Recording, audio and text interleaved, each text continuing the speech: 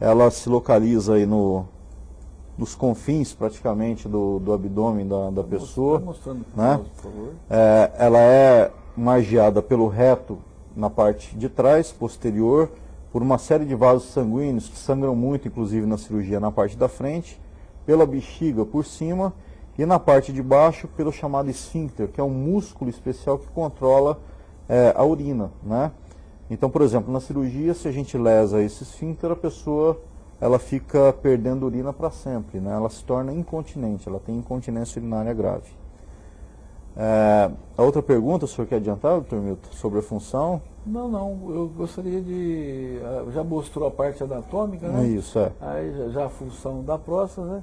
E qual aquela ação ação hormonal que a próstata tem? Isso, Eu devo lembrar que a próstata, como algumas das pessoas que foram entrevistadas falaram, ela faz parte do sistema genital ou genito-urinário masculino, né? Ela, na verdade, ela é responsável pela produção de uma boa parte do líquido seminal.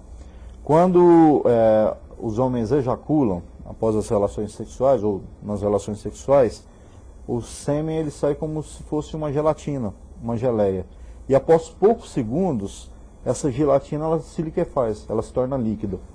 Quem faz a liquefação do sêmen, quer dizer, quem torna aquele gel líquido, é uma proteína especial que está presente nessa secreção prostática chamada PSA.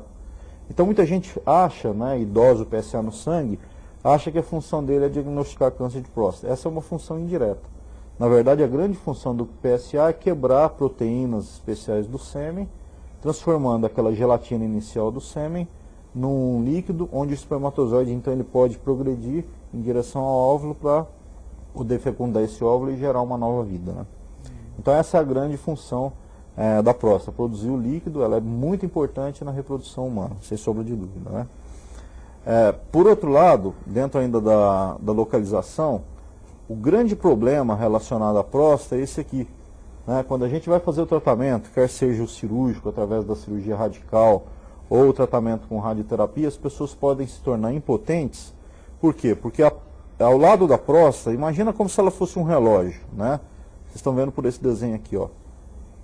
Passa nervo dos dois lados. Se fosse um relógio à próstata, seria 5 a 7 horas.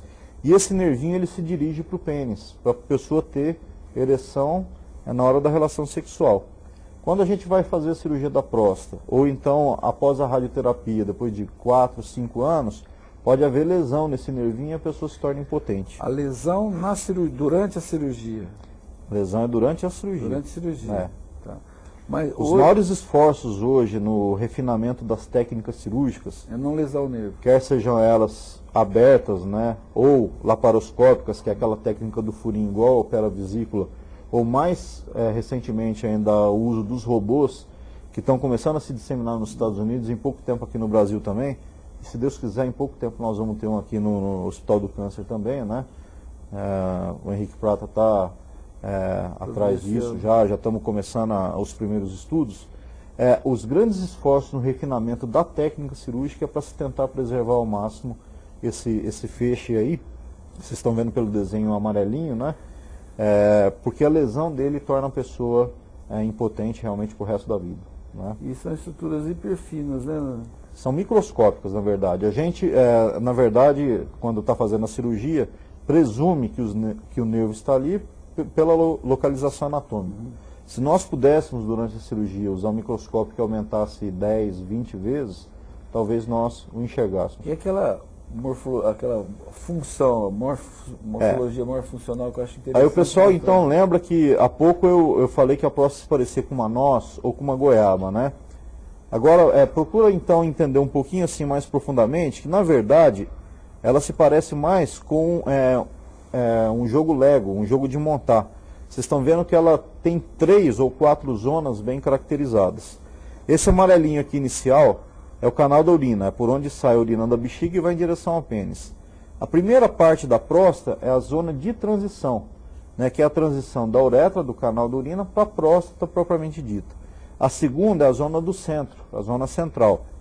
Olha lá o jogo de montar como é que é. E a terceira é a zona periférica. Nessa zona periférica, que é onde a gente faz o toque retal, né, o toque pelo ânus, e constata se tem nódulo ou não, é que ocorre a maioria dos tumores. Ele perfaz também a grande porcentagem da glândula, né, corresponde a mais ou menos 70%. Então, quando tem um tumor, não é no miolo da goiaba, naquele vermelhinho lá, nem no amarelo. Casca, né? É na casca, na parte de fora. É por isso que tem que fazer o exame do toque retal. Porque só o exame de sangue e o PSA também não resolve, tem que unir os dois. Não é suficiente, né? Isso. Certo. Então, telespectador, você viu nessa primeira parte que introduzimos a você sobre esse tema interessante, queremos aqui desmistificar esse tabu, esse medo que o homem tem de se falar de próstata e que nem a mulher, ao longo dos anos, tinha a fatalidade com o câncer de mama, com o câncer de colo de útero, e com a prevenção e com a massificação do tratamento através da prevenção caiu drasticamente para o bem, né? As incidências do câncer de mama como de colo de útero, tem que se fazer isso também com o homem, fazendo o homem procurar o tratamento preventivo e não quando está com a doença, tá certo? Eu vou chamar um recado da Arlete Magazine e aguardo você no próximo bloco. Até daqui uns poucos minutos. Mais uma vez, a Arlete Magazine está presente no programa Doutor Saúde e sempre com novidades.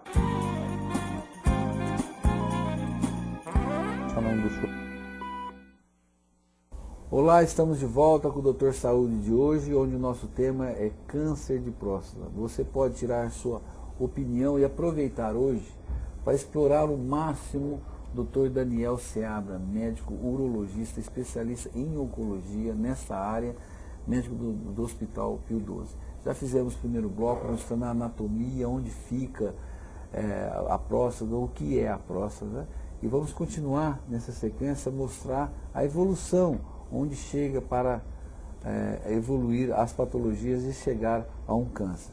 Antes de continuar, doutor, eu vou tomar a liberdade de agradecer e ler um recado do Dr. Luiz Venre, um dos grandes amigos que eu tenho, o prazer e a honra de tê-lo como amigo. É um colega ortopedista, também filho de um grande médico que fez história em Barretos, Dr. Bartolomeu, que eu lembro só de molequinho, né? Onde ele, 30 anos que tem o hábito de cumprimentar em meu aniversário, é verdade, ele não deixa de falhar um ano, ele não, disse que não pôde ligar antes, quero deixar no ar os parabéns e desejar toda felicidade. Luiz, um grande abraço e você sabe que você é uma das pessoas que mora no meu coração. Muito obrigado. Doutor, continuando aí com o tema, vamos falar dessa questão, o que tem a próstata com relação à raça, com idade, se tem coisa, se é genético, se transmite, se tem alguma coisa que a gente pode comer que pode voltar para isso. Vamos falar nisso aí. Em relação à causa do câncer de próstata, ela não é muito bem definida, né? Existe uma série de interrogações que são feitas nesse sentido. Então, em vez de citar uma causa direta, propriamente dita, como existe para alguns tumores, né? Por exemplo, estômago, bexiga relacionada a cigarro, pulmão relacionado a cigarro, em relação à próstata não há nada definitivo. Clássica. Então, nós não falamos em causa, em etiologia, nós falamos em fatores de risco. Existem 4 principais, né? A idade, a raça, a genética e a alimentação.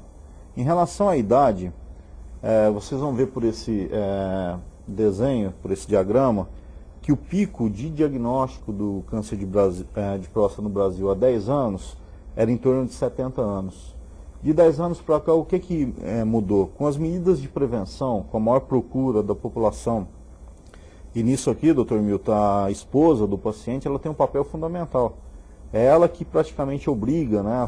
Deve falar tanto na cabeça dele que ele acaba procurando um médico urologista, oncologista, um médico clínico, faz o exame do toque, faz a dosagem do PSA e diagnostica o câncer. Então, como é que é essa curva hoje? Ela se adianta em 5 anos. Em vez do pico lá de diagnóstico ser aos 70 anos aqui no Brasil, hoje já é aos 65. Que bom. E à medida que o tempo vai passando, então, veja bem, as pessoas que têm câncer de próstata, só pela medida de dosar o PSA e fazer falamos para as pessoas, né? Se elas têm 75, 80 anos, nós dizemos para ela, olha, fique tranquilo, você tem um câncer de próstata, você provavelmente um dia vai morrer de pneumonia, infarto, derrame, vai morrer com o câncer de próstata, mas não do câncer de próstata. Exatamente. Agora, por outro lado, a nossa preocupação é pegar esses 10% e não deixar que eles se transformem nos 3% de morte. Exatamente.